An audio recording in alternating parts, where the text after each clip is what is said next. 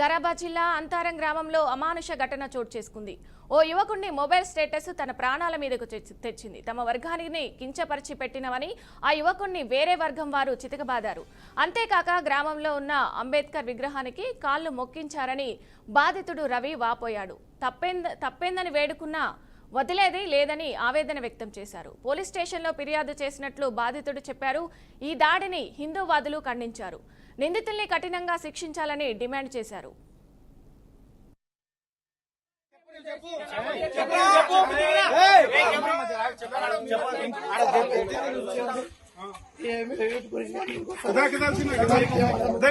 ఇప్పుడు చేసిన దానికి నీకు క్షమపణ కొడుతున్నా అందరినీ. ఇంకోసారి చేస్తున్నాను చంపేయండి, కొట్టుడు కాదు చంపేయండి పండుచ్చి.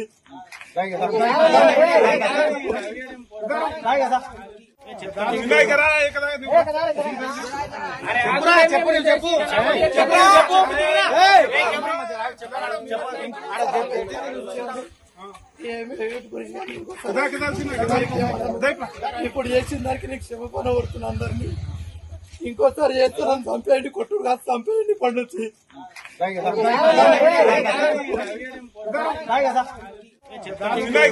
నిన్న 7 తారీఖు నేను ఒక స్టేటస్ పెట్టడం జరిగింది.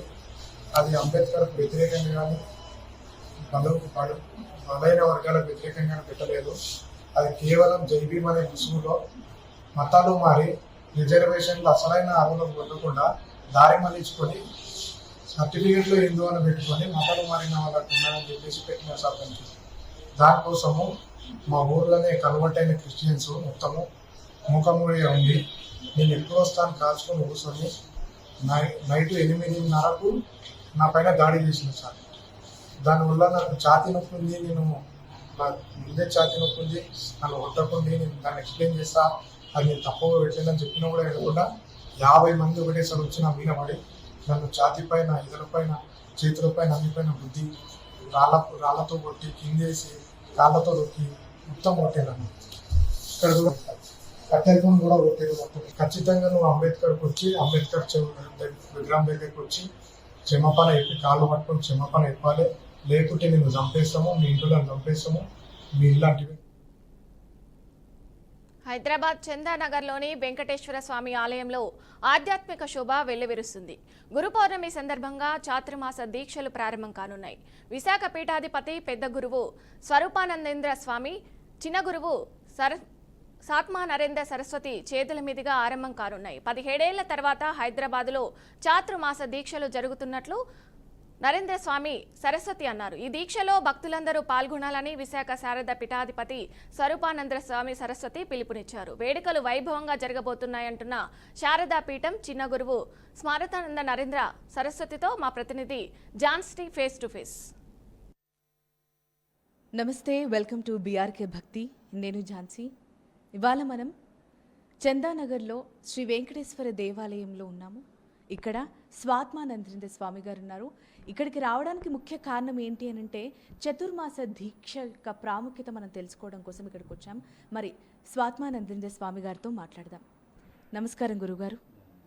గురుగారు, అసలు చతుర్మాస దీక్షని 17 సంవత్సరాల తర్వాత హైదరాబాద్లో ఇక్కడ చందానగర్లో కొలువై ఉన్న శ్రీ వెంకటేశ్వర స్వామి ఆలయంలో మీరు చేయబోతున్నారని తెలిసింది గురుగారు.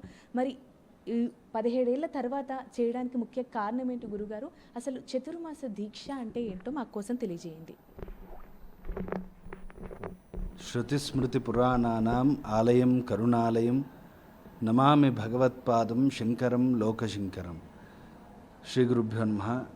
విశాఖ శ్రీ శారదా పీఠాధిపతులు శ్రీ శ్రీ శ్రీ స్వరూపానందేంద్ర సరస్వతి మహాస్వామి వారు ఈ చాతుర్మాస దీక్షను ఎంతో తపోకాలంగా ధార్మిక చింతనని భక్తుల్లో మరింత విశేషంగా పెంచేందుకు ఈ కార్యక్రమం, ఈ దీక్ష చేపడుతూ ఉంటారు. సనాతన హైందవ సంస్కృతిలో ముఖ్యంగా స్మృతులలో చెప్పబడింది అనేక వ్రతాలు. దాంట్లో ప్రధానమైనది, ముఖ్యమైనది చాతుర్మాస్య వ్రతం. ఇది గృహస్థులు అలాగే సన్యాసులు చేయాల్సిన ఈ వ్రతం అన్నమాట. చాతుర్మాస దీక్ష, వ్రతం అన్న దీక్ష. ఈ చాతుర్మాస దీక్షా కాలము ప్రతిరోజు కూడా భగవత్ చింతన, ఆధ్యాత్మికంగా ఏ రకంగా మన జీవనాన్ని సాగించాలి. ఎందువల్లంటే మానవ జీవితం అత్యంత వేగవంతంగా పరిగెడుతున్న ప్రస్తుత తరుణంలో ఆధ్యాత్మికానికి కూడా ఒక సమయాన్ని కేటాయించాలి. ఒక ఆత్మ సంతృప్తి కోసము భగవత్ చరణాలని అందుకోవడానికి ఈ దీక్షాకాలం అనేది ఎంతో పరమ పవిత్రంగా మనం భావిస్తాం. పూర్వకాలంలో శ్రీరామచంద్రుడు కూడా సీతాన్వేషణ కొరకు కిష్కింద వంటి అనేక ప్రాంతాలు పర్యటనలో భాగంగా కూడా వారు కూడా ఈ చాతుర్మాస దీక్షని వారు కూడా అవలంబించారు. ఎందువల్లంటే ఈ చాతుర్మాస కాలం అంటే ఆషాఢ శుద్ధ పౌర్ణమి నుంచి భాద్రపద శుద్ధ పౌర్ణమి వరకు ఇది దీక్షాకాలంగా 4 మాసాలు కానీ 4 పక్షాలు కానీ తీసుకుంటాం.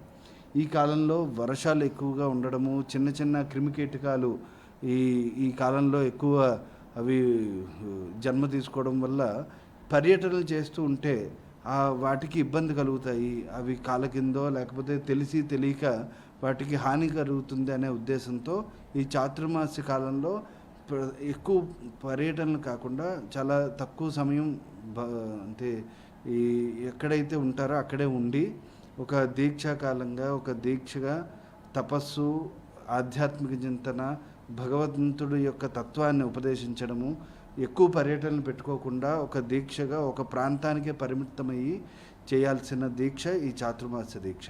అందువల్ల ఈ దీక్ష వల్ల సర్వ ప్రాణికోటికి కూడా మన తరపున ఎటువంటి ఆపద కలగకూడదు అనే ఉద్దేశంతో ఈ చాతుర్మాస దీక్షని చేస్తూ ఉంటాం.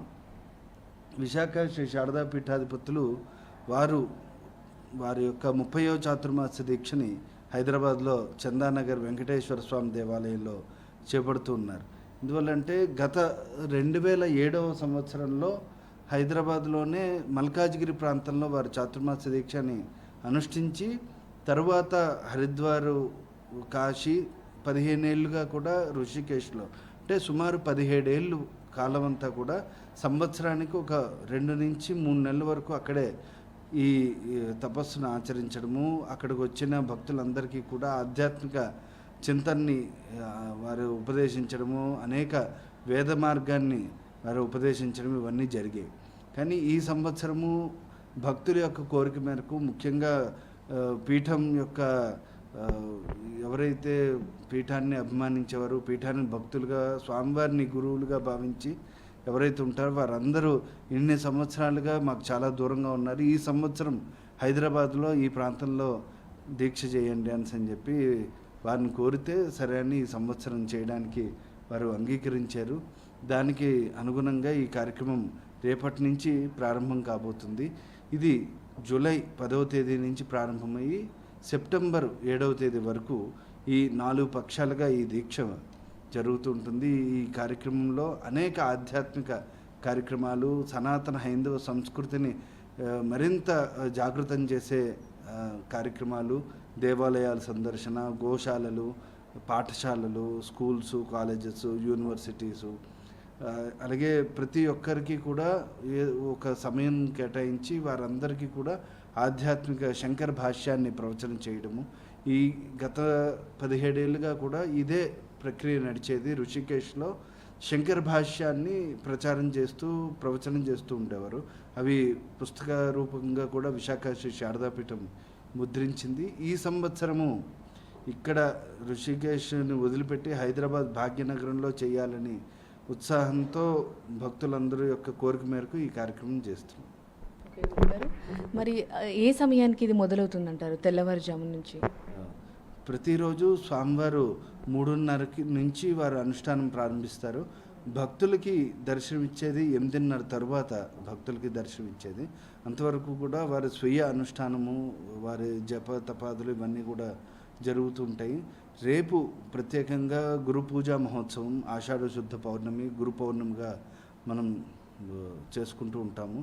రేపు ఉదయం పుష్కర స్నానము, ఈ దేవాలయంలో వెంకటేశ్వర స్వామి పుష్కరిణి ఉంది, అక్కడ పుష్కర స్నానం చేసి గోపూజ చేసి తరువాత దేవాలయాల దర్శనం చేసుకుని ప్రధానంగా ఆదిదేవుడు, ఆది పూజ్యుడు గణపతి కాబట్టి గణపతి హోమము, పూర్ణాహుతిలో పాల్గొని కృష్ణాది నవపంచకారాధన అంటే గురువుల్ని ఆరాధించాలి, గురు పౌర్ణమి నాడు గురువుల్ని స్మరించాలి అనే ఒక ప్రక్రియని తీసుకుని వ్యాసాది నవపంచకారాధన రేపు ఉదయం 9:30కే ప్రారంభమవుతుంది. అది ఒక సుమారు 1.5-2 గంటలు అది సమయంలో అది పూజ జరిగి తర్వాత భక్తులందరికీ కూడా ప్రసాదాన్ని ఇస్తారు.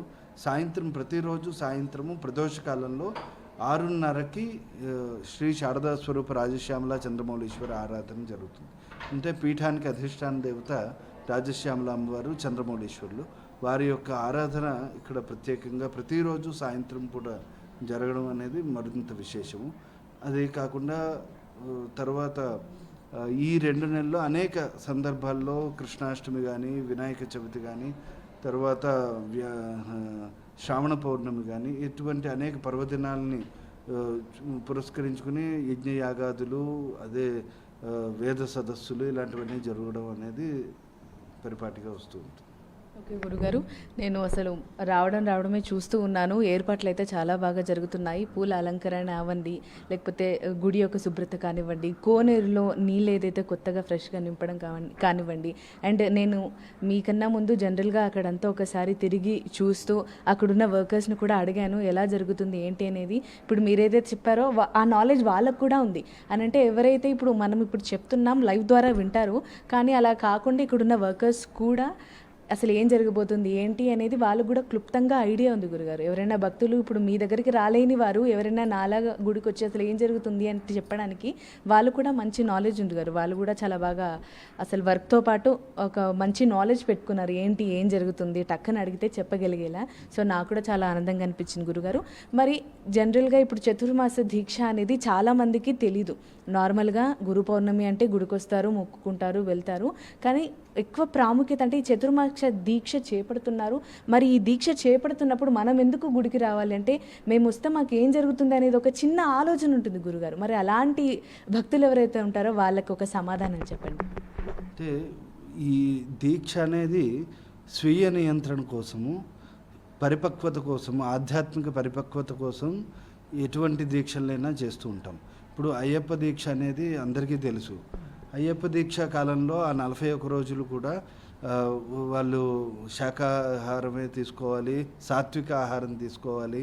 ఇక ప్రతిరోజు కూడా చల్లనీటి స్నానము ఇదంతా ఎందువల్ల చేస్తామంటే భగవంతుడికి దగ్గరగా ఉండడము, వారికి ఏవైతే చెడు అలవాట్లు ఉన్నాయో వాటన్నిటికీ కొంత దూరంగా ఉండడం అనేది ఒక దీక్ష యొక్క ప్రధాన ఉద్దేశం. ఈ చాతుర్మాస కాలంలో కూడా భగవంతుడికి దగ్గరగా ఉండడము, మనం ఎంతవరకు సంరక్షణ చేసుకోవడం అంటే ఇంద్రియ నిగ్రహం కావచ్చు, అలాగే మన పరుషవాక్యాలు మాట్లాడకుండా ఎంతవరకు మనం కట్టడి చేసుకుంటూ ఆధ్యాత్మిక బాటల్లో అడుగులు వేయడం ఎలాగా అనేది ప్రతి ఒక్కరూ చేయవలసింది. దానికి ఇది ఒక మంచి ఆపర్చునిటీ. ఈ చాతుర్మాస కాలం అనేది వారందరికీ కూడా ఒక అవకాశం. ఈ కాలంలో దేవాలయాలే కాదు, దేవాలయాల్లో ముఖ్యంగా గురువులు ఎవరైతే వారికి సద్భావన, ప్రవర్తన, వేద ధర్మము, సత్యం వద ధర్మంచర అని ఏదైతే వేదం చెప్పబడిందో సత్యమే మాట్లాడాలి, ధర్మ మార్గాన్నే నడవాలి అని ఎవరైతే చెప్తారో అటువంటి మహాపురుషుల వద్దకు వెళ్ళి వారు మంచి విషయాలను తెలుసుకోవడము, ఆధ్యాత్మికంలో పరిపక్వత పొందేందుకు ఇది ఒక ఈ కాలం మంచి దోహదపడుతుంది. గురుగారు చాలా క్లియర్గా చెప్పారు. జనరల్గా దేవుడు పిలుపు లేనిదే దర్శనం కాదు అని అంటూ ఉంటారు గురుగారు. నేను ఇక్కడికి రావడమైనా, మీతో మాట్లాడమైనా, మీరు 17 సంవత్సరాల తర్వాత ఇక్కడ హైదరాబాద్లో ఈ శ్రీ వెంకటేశ్వర స్వామి దేవాలయంలో ఇక్కడ చతుర్మాస దీక్ష మీరు మొదలు పెడుతున్నా కానీ ఇదంతా దైవేచ్ఛగానే మనం కోరుకుంటున్నాం గురుగారు. మీరు కూడా చాలా క్లియర్గా అసలు ఏం జరగబోతుంది, ఈ 4 నెలలు చతుర్మాస దీక్ష అంటే ఏంటి, వీటన్నిటి గురించి చాలా మంచిగా వివరణ ఇచ్చారు గురుగారు. ధన్యవాదాలు. చూశారు కదా చతుర్మాస దీక్ష గురించి గురుగారు అయితే ఎంత క్లియర్గా చెప్పారో. గురుగారు చెప్పినట్టుగా మీకు వీలు చూసుకొని, వీలు లేకపోయినా అట్లీస్ట్ గురుగారు చెప్పినట్టుగా దేవుడికి దగ్గరగా ఉండాలని కోరుకుంటే కనుక వచ్చి దర్శనం చేసుకోండి. అలాగే చతుర్మాస దీక్ష అనేది 17 సంవత్సరాల తర్వాత ఇక్కడ చేస్తున్నారు. మళ్ళీ ఇలాంటి అవకాశాన్ని ఏదైతే ఉందో అది సద్వినియోగం చేసుకుంటే కనుక మీరు దేవుడికి చాలా దగ్గరగా వెళ్ళినట్టే అవుతుంది. మరి ఇంకా మీకు రాబోయే రోజుల్లో మా ఛానల్లో ఇంకా మీరు అసలు ఎలా జరుగుతుంది ఏంటి, ప్రత్యేకమైన పూజలు ఏంటి, విధానం ఏంటి అనేది మా ఛానల్ ద్వారా మీరు లైవ్లో చూడొచ్చు. గురుగారు కూడా మీకు అందిస్తారు. సో ఇది ఇవాల్టి ఎపిసోడ్. మళ్ళీ మరొక ఎపిసోడ్లో మళ్ళీ కలుద్దాం. ములుగులో కేంద్రంలోని జిల్లా పరిషత్ పాఠశాలలో తన జన్మదిన వేడుకలు మంత్రి సీతక్క జరుపుకున్నారు. స్కూల్ విద్యార్థులతో కలిసి కేక్ కట్ చేసి విద్యార్థులకు స్వీట్స్ పంపిణీ చేశారు. తాను చదువుకున్న పాఠశాలలో తన జన్మదిన వేడుకలు జరుపుకోవడం సంతోషంగా ఉందని సీతక్క చెప్పారు. తన చిన్ననాటి స్కూల్ జ్ఞాపకాలను విద్యార్థులకు తెలిపారు. తన జీవితంలో అనేక ఆటుపోట్లు ఎదురైనప్పటికీ కష్టపడి చదివానన్నారు. తాను ఒక ఉన్నత స్థానానికి వచ్చినప్పటికీ తన చదువు ఇంకా కొనసాగిస్తున్నానని తెలియజేశారు. ప్రతి విద్యార్థి ఇష్టపడి చదువుతూ ఉన్నత స్థానాలకు ఎదగాలని ఆకాంక్షిస్తున్నట్టు తెలిపారు. అనంతరం స్కూల్ విద్యార్థులకు పెన్నులు, నోట్బుక్స్, స్కూల్ బ్యాగ్స్ మినిస్టర్స్ పంపిణీ చేశారు. అవకాశం వచ్చింది. అంత జనరల్ వాళ్ళ మధ్య ఒక ఎస్టీ స్టూడెంట్, ఒక ఆదివాసీ స్టూడెంట్గా నేను హెచ్ఎంగా ఆ రోజు ఉండడం అది నా మొదటి అచీవ్మెంట్. ఫస్ట్ స్పీచ్ కూడా హెచ్ఎంగా ఉండి నేను లాస్ట్ ఆ సెల్ఫ్ గవర్నమెంట్ డే అయిపోయిన తర్వాత ఈవినింగ్ ఒక సెషన్ పెట్టారు. ఆ రోజు కూడా మాట్లాడాలంటే భయం, కానీ ఫస్ట్ డే అంతమంది ముందు మాట్లాడడం అది నా ఫస్ట్ సక్సెస్ అనుకోవచ్చు. సో నేను ఆ రోజు హెచ్ఎంగా ఉండి ఇంగ్లీష్ క్లాస్ తీసుకున్నా. అందరికి 8th, 9th, 10th lessons English చెప్పడం జరిగింది. అప్పటి నుంచి చిన్నప్పటి నుంచి కొంత ఇష్టం ఉండేది. సో పిల్లలు కూడా ఇక్కడ మీరందరూ కూడా చదువుకుంటా ఉన్నారు కాబట్టి అందరూ ఒక లక్ష్యంని చిన్నతనం నుంచే ఎంచుకొని పని చేసుకోవాలి. తప్పకుండా మరి ఉన్నత స్థానాల్లోకి రావాలి. తల్లిదండ్రులను సంతోషపరచాలి. మీరు కూడా హ్యాపీగా ఉండాలి. మిమ్మల్ని కూడా అందరూ మెచ్చుకునే విధంగా, ఇన్స్పిరేషన్గా తీసుకునే విధంగా మనం వేసే ప్రతి అడుగు అమ్మాయిలు కానీ అబ్బాయిలు కానీ ఉండాలి. ఇక్కడ ఉన్నటువంటి చాలామంది ములుగులో ఎంతోమంది ఇక్కడ చదువుకున్నారు, 100 మంది. హైదరాబాద్ శంషాబాద్లో మిస్సింగ్ బాలిక కేసును పోలీసులు చాకచక్యంగా ఛేదించారు. బాలికను కిడ్నాప్ చేసిన మహిళను పోలీసులు అరెస్ట్ చేశారు. చిన్నారి కీర్తనను సురక్షితంగా తల్లిదండ్రులకు అప్పగించారు. నిందితురాల్ని అరెస్ట్ చేసి రిమాండ్కు తరలించినట్లు పోలీసులు వెల్లడించారు.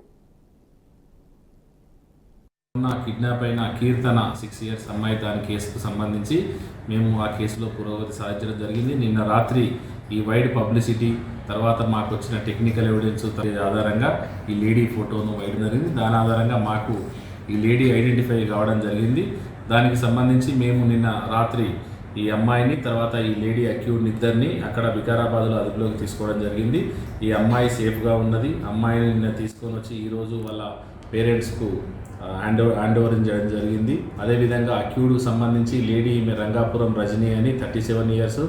ఆమె ఇక్కడ రాళ్ళగూడ దొడ్డిలో సొంత ఇల్లు ఇక్కడనే ఉంటున్నారు. కాకపోతే ఆమె నేటివ్ వికారాబాదు. ఇప్పుడు ప్రజెంట్ వికారాబాద్లో వాళ్ళ హస్బెండ్ ఆమె ఓన్లీ పని చేస్తున్నారు. దానికి సంబంధించి ఈ కేసు నమోదు చేసుకొని దర్యాప్తు చేస్తున్నాం. ఈ విధంగా సహకరించిన తూర్పుగోదావరి జిల్లా రాజానగరంలో చోరీ కేసును పోలీసులు ఛేదించారు. రేలంగి లోవరాజు ఇంట్లో 22 కాసుల బంగారం, 1.75 లక్షల నగదును చోరీ అయినట్లు ఫిర్యాదు చేశారు. ఫిర్యాదు అందుకున్న రాజానగరం పోలీసులు దర్యాప్తు ప్రారంభించారు. నిందితులు నలబ సత్యనారాయణ, బేదంపూడి రత్నరాజు, ఇనకోటి పవన్ కుమార్లను అరెస్ట్ చేశారు. వారి వద్ద నుండి 22 కాసుల బంగారం, 1.15 లక్షల నగదు రికవరీ చేశామని డీఎస్పీ శ్రీకాంత్ వెల్లడించారు. మోరం గ్రామంలో రామాలయం వీధి వద్ద దగ్గర ఉన్న రేలంగి లోవరాజు అనే వాళ్ళ ఇంట్లో దొంగతనం జరిగిందని అదే రోజు మాకు సమాచారం రావడం జరిగింది. సమాచారం వచ్చిన వెంటనే మా సిబ్బంది అలానే క్రైమ్ సిబ్బంది కూడా ఘటనా స్థలానికి వెళ్ళడం జరిగింది. అక్కడ అన్ని రకాలైనటువంటి క్లూస్ని పరిశీలించాము, క్లూస్ని సేకరించడం జరిగింది. ఆ కేసులో సుమారు 22 కాసుల బంగారం పోయిందని, అలానే 1,75,000 రూపాయల క్యాష్ పోయిందని కంప్లైంట్ ఇవ్వడం జరిగింది. ఇందులో ఫిర్యాదుదారు అయినటువంటి రేలంగి లోవరాజు ఆ రోజు వాళ్ళ కుటుంబ సభ్యులతో కలిసి తుని వెళ్ళారు. దేవాలయం దర్శనం కోసమని తుని వెళ్ళారు. వెళ్ళినప్పుడు ఈ దొంగతనం అనేది జరగడం జరిగింది. ఈ కేసులో భాగంగా మా బృందాలు అత్యంత సాంకేతిక పరిజ్ఞానాన్ని ఉపయోగించారు. క్రైమ్ సిబ్బంది, ముఖ్యంగా క్రైమ్ సిఐ బాలశౌరి గారు, అలానే శ్రీధర్ గారు, రాజానగరం సిఐ గారు, వాళ్ళ సిబ్బంది. మత్స్యశాఖలో 110 కోట్ల రూపాయల విలువైన బిల్లుల చెల్లింపునకు సంబంధించి 12% కమిషన్ దందా వెలుగులోకి వచ్చింది. చేప పిల్లల సరఫరాదారులకు గతంలో సమర్పించిన బిల్లులు ఏడాదిన్నరగా పెండింగ్లో ఉన్నాయి. అయితే వీటిని విడుదల చేయించేందుకు సర్కారులోని ఓ కీలక స్థానంలో ఉన్న కాంగ్రెస్ నేత మధ్యవర్తిగా రంగంలోకి దిగాడన్న ఆరోపణలు వినిపిస్తున్నాయి. బిల్లుల మంజూరుకు తనను ఆశ్రయించాలన్న దళారీ నేత సరఫరాదారులతో 13 కోట్ల రూపాయల కమిషన్ ఒప్పందం కుదుర్చుకున్నాడు. ముందస్తుగా 1 కోటి రూపాయల నగదు రూపంలో తీసుకున్నాడు. మిగిలిన మొత్తాన్ని బ్యాంకు చెక్కులు కూడా తీసుకున్నట్లు సమాచారం.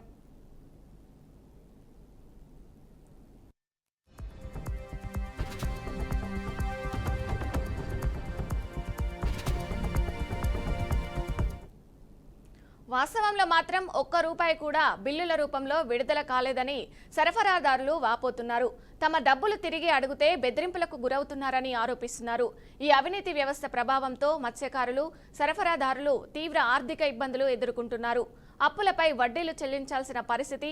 తాజాగా నిర్మల్ జిల్లాలో మత్స్యకారుల నుంచి కూడా ముడుపులు వసూలు చేసిన ఘటన బయటపడింది. బిల్లులు మంజూరు పేరిట పెద్ద ఎత్తున ప్రజాధనం దోచుకుంటున్న వ్యవహారం విచారణకు లోబడాల్సిన అవసరం ఉంది. ప్రభుత్వం దీనిపై తక్షణమే స్పందించి బాధ్యులపై కఠిన చర్యలు తీసుకోవాలని బాధితులు డిమాండ్ చేస్తున్నారు.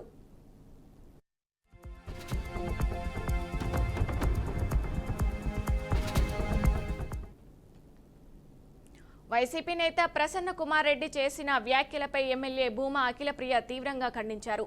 మహిళలు సమాజంలో ఎన్నో బాధలు, కష్టాలు ఎదుర్కొని అన్ని రంగాల్లో ముందుకొస్తున్నారని అన్నారు.